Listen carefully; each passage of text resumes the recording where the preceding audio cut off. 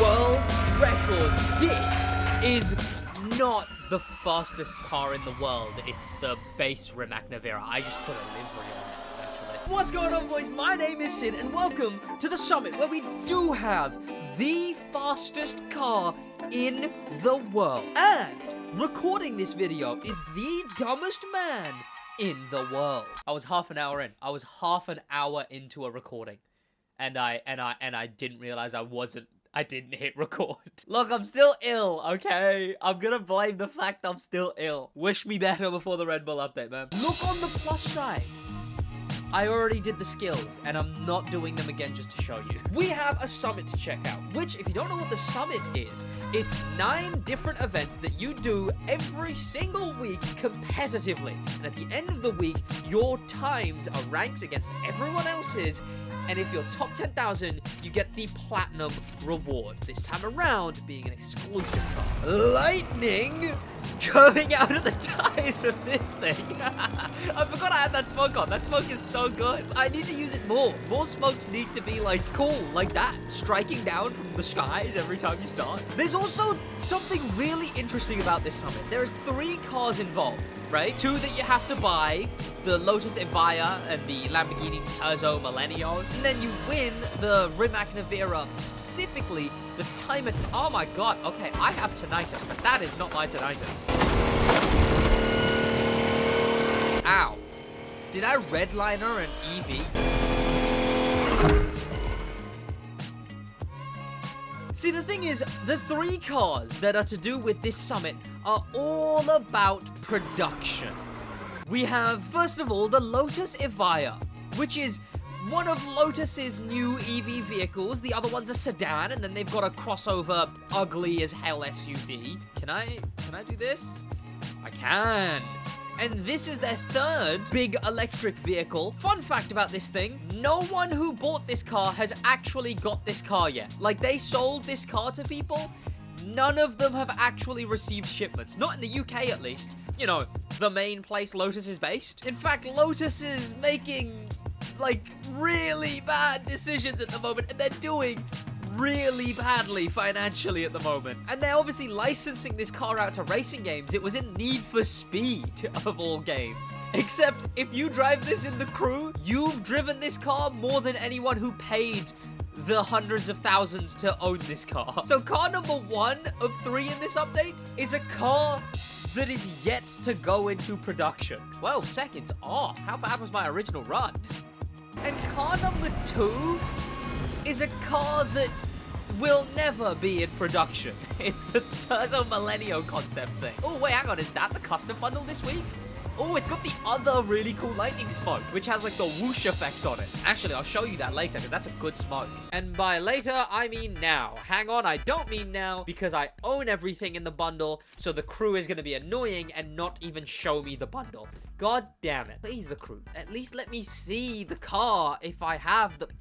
Maybe I want to make my car that bundle. Maybe I still want to buy the bundle, even if I already own everything in it, right? Maybe I just want you to make it into that bundle. They've been doing this since the crew do. This is the smoke out in that bundle.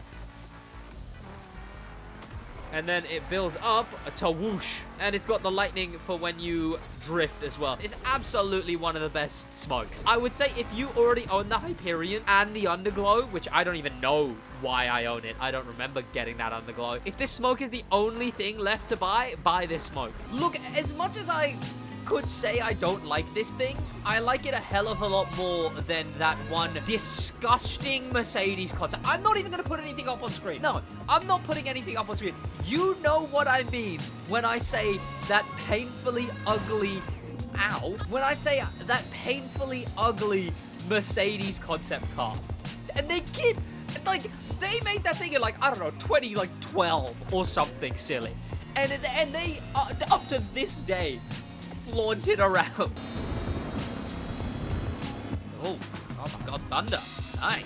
Okay, I'm liking the themes this week. I will say, it is kind of fun having these insane concept cars in this game. Like, to be fair, like, driving this, it's quite cool. I feel like I'm playing, like, Asphalt. That's the only other game that I can think of that has this level of goofy concept cars. Oh, and you know what? This thing handles... Oh, look at that. This thing handles insanely well. And look looks amazing doing it. Car number 1 was a car that is yet to go into production, worryingly. Car number 2 is a car that's never going into production. And car number 3, the fastest production car in the world, which is not, no, it's still not this thing. This is still just the, you can tell by the wheels are black. This is still just my one. The base model.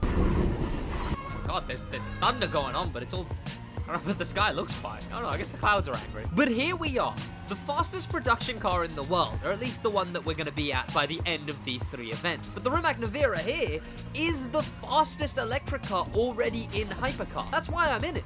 The restriction isn't the Rimac Nevera. They don't make you buy and drive the Rimac Nevera in a summit to win the Rimac Nevera. Which, to be fair, I guess would have made sense if they did do that, but I feel like that would get people less eager to play the summit if you had to buy a car that was near identical. But the restriction is just Hypercar electric, and this is the fastest electric Hypercar already.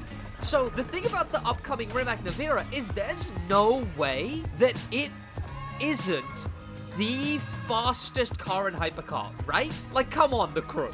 You can't market it as the fastest production car in the world, the 26 world records being held, and that be its big slogans and whatnot, and it not be the best in Hypercar, right? Well, here's the options. We've got the, oh right, the Renault Turzo. I completely forgot this thing existed. And then the disgusting Mercedes thing. We've got the Lotus Evija, which we've already talked about. Does this count? Isn't this hydrogen? I don't think that should count, actually. Surely, no, I'm actually going to stand on that. This car shouldn't count under this restriction, because it's a hydrogen car. It should count as its own type of, yeah, come on, the crew. But hey, this should be a third, I know it would be the only car in that filter, but this should be in a third hydrogen filter. What if they finally add the Hyundai Ioniq 70 Vision 75? You know, these two would be hydrogen cars. And aren't Toyota doing hydrogen cars? Yeah, come on, the crew. Give us hydrogen cars as their own filter. Oh yeah, and then the Turzo Millennial, but like, who cares? Not me. Is this a shortcut? Or am I an idiot? Who'd have thought? Both things can be true. Damn it. Yeah, both things can definitely be true. Maybe I'm setting my hopes too high, right? Now, the thing about this Rimac Nevera is we're going to get it in the last week here. So we're not going to find out whether it was the best Hypercar in Hypercar until the Red Bull update. Which, a little side note, I do wish that they made the final month's Summit car the second to last week. Does that not make way more sense? About as much sense as driving a very expensive electric car in the sand and off-road. But I feel like the final month's Summit car should always be the second to last week. So we actually receive that Summit car within that week.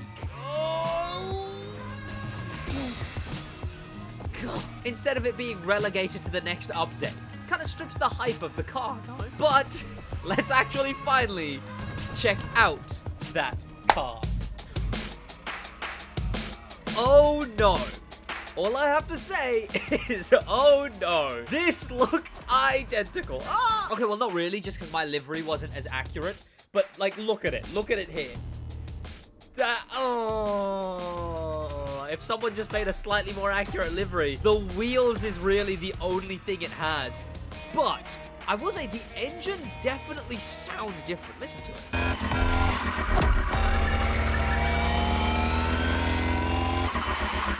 I assume that's on account of it being a whole lot more powerful. Also, I feel like this event kind of makes no sense. Why are we driving this here on the road like this? Shouldn't we be, like, driving this on, like, a racetrack? Or maybe doing one of the Donk vs. Lowrider drag events, right? Instead, we're doing a Donk vs. Lowrider drive event. Oh, hang on a minute. Summit cars are stock in loaned events. This thing is handling and performing very nicely for stock. We might actually get a... Oh! It's taking these turns so nicely. I mean, I am? Is it the car or is it the driver? Or is it Is it the car when I'm doing good and only the driver when I'm doing bad? We might actually have a new best hypercar on our hands, which the last Hypercar Summit car did as well. The Lunar Year Edition Noble, that was also the best. And now this thing is too? Oh, hang on, let me check out the interior. Ooh, I don't know if this is any different, actually. I didn't go in the interior of the other Rimac. I mean, it's green.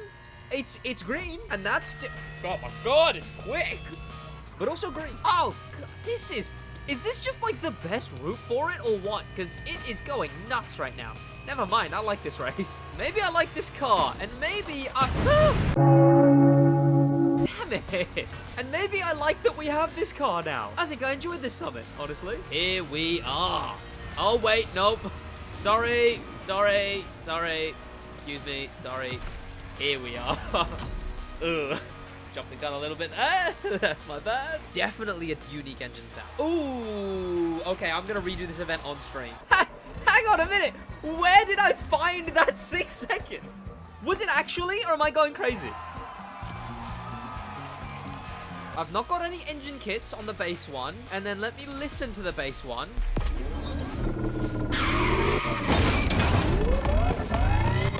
That's definitely different. This one's got more of a where that one's like a does that make sense? And the interior is the same, it's just not green. And in the end, we are 1,200 with some pretty bad runs in there, which I'm going to improve live. And for the last thing to be mentioned in this fastest car in the world in the crew video is what the hell am I wearing? This, my friends, is potentially the best ironic bit of clothing I have ever found in a TK Maxx, known overseas as TJ Maxx. That's what this is. That's what I'm wearing. A skull $100 bill. £8 t-shirt. It cost me £8. And it is the stupidest thing it's the stupidest bit of clothing I've ever bought. And I love that. That's gonna be better for me in a bit.